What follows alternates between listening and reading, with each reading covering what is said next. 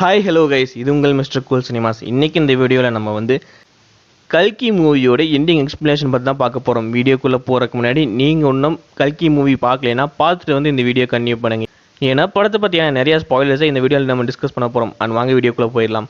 So இந்த வீடியோவை நான் 3 செக்மெண்ட்டாக பிரிச்சிருக்கிறேன். முதல் செக்மெண்ட்டில் நம்ம இந்த வேர்ல்ட் ஆஃப் கல்கி அப்படின்னு பார்க்க போகிறோம். ஸோ இந்த வீடியோவில் சொல்லப்பட்ட வேர்ல்டில் என்னென்ன மாதிரி இடங்கள் இருக்குது, யாரெல்லாம் மெயின் கேரக்டர்ஸ், என்ன மாதிரி கான்ஃப்ளிக் போயிட்டு இருக்குது அப்படிங்கிறத பார்த்துட்டு, அண்ட் ரெண்டாவது செக்மெண்ட்டில் நான் இந்த படத்தில் சொல்லப்பட்ட ப்ராஜெக்ட் கேவை பற்றியான ஒரு டிஸ்கஷன் பண்ண போகிறோம். அதில் என்னோட ஃபேன் தியரியும் நான் சொல்ல போகிறேன். அதே மூணாவது செக்மெண்ட்டில் பார்த்தீங்கன்னா இந்த படத்தோட கிளைமேக்ஸை பற்றி நம்ம பேச போகிறோம்.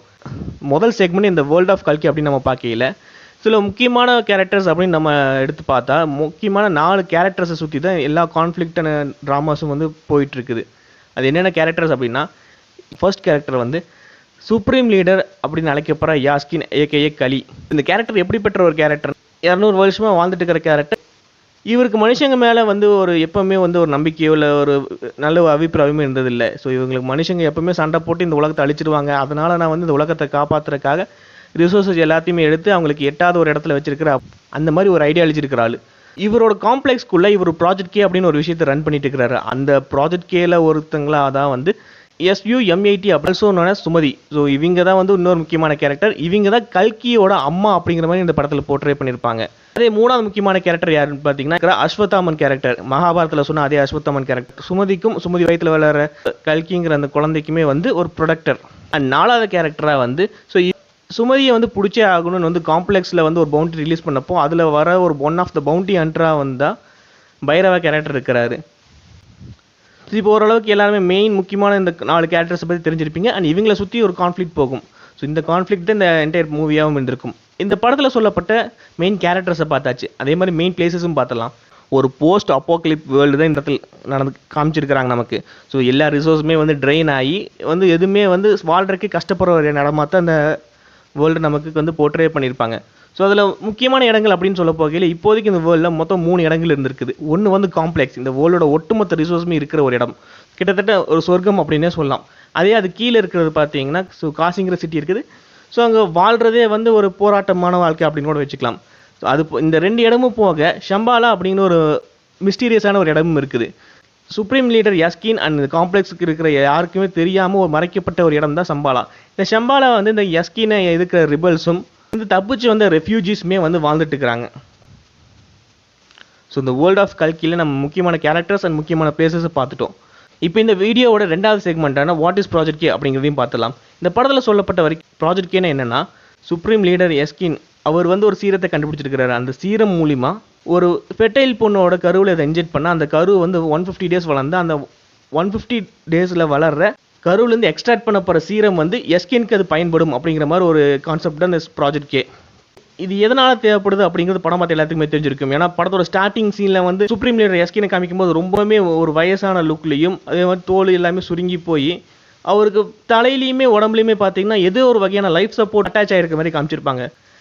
அந்த லைஃப் சப்போர்ட் இல்லாமல் அவர் மேக்ஸிமம் இருந்திருக்க மாட்டார். எப்போ எஸ்கினுக்கு அந்த கல்கியோட ஒரு ட்ராப் சீரம் கிடைக்குதோ அந்த ஒரு டைம் தான் லைஃப் சப்போர்ட்லேருந்து அவர் விடுபட்டு வந்த மாதிரி காமிச்சிருப்பாங்க. மேபி எஸ்கின் இதை பிளான் பண்ணதுக்கு முக்கியமான காரணமே தனக்கு ஒரு இம்மார்ட்டலான ஒரு லைஃபோ ஒரு பாடியோ வேணும் அப்படின்னு நினச்சிருக்கலாம். அதுக்காக கூட அந்த சீரத்தை உருவாக்கியிருக்கலாம். ஸோ அந்த சீரம் ஃபுல்லாக டெவலப் ஆகிறதுக்கு அந்த ஒரு 150 டேஸ் அப்படிங்கிறது எடுத்துக்கலாம். ஸோ இது வரைக்கும் எந்த ஒருமே 150 டேஸ் அந்த கருவை சுமந்ததில்லை சுமதியை தவிர. இப்போ எல்லாத்துக்குமே ஒரு கேள்வி வந்திருக்கும், இந்த எஸ்கினுக்கு எப்படி இவ்வளோ பவர்ஃபுல்லான ஒரு சீரம் கிடச்சிருக்குது அப்படின்ட்டு.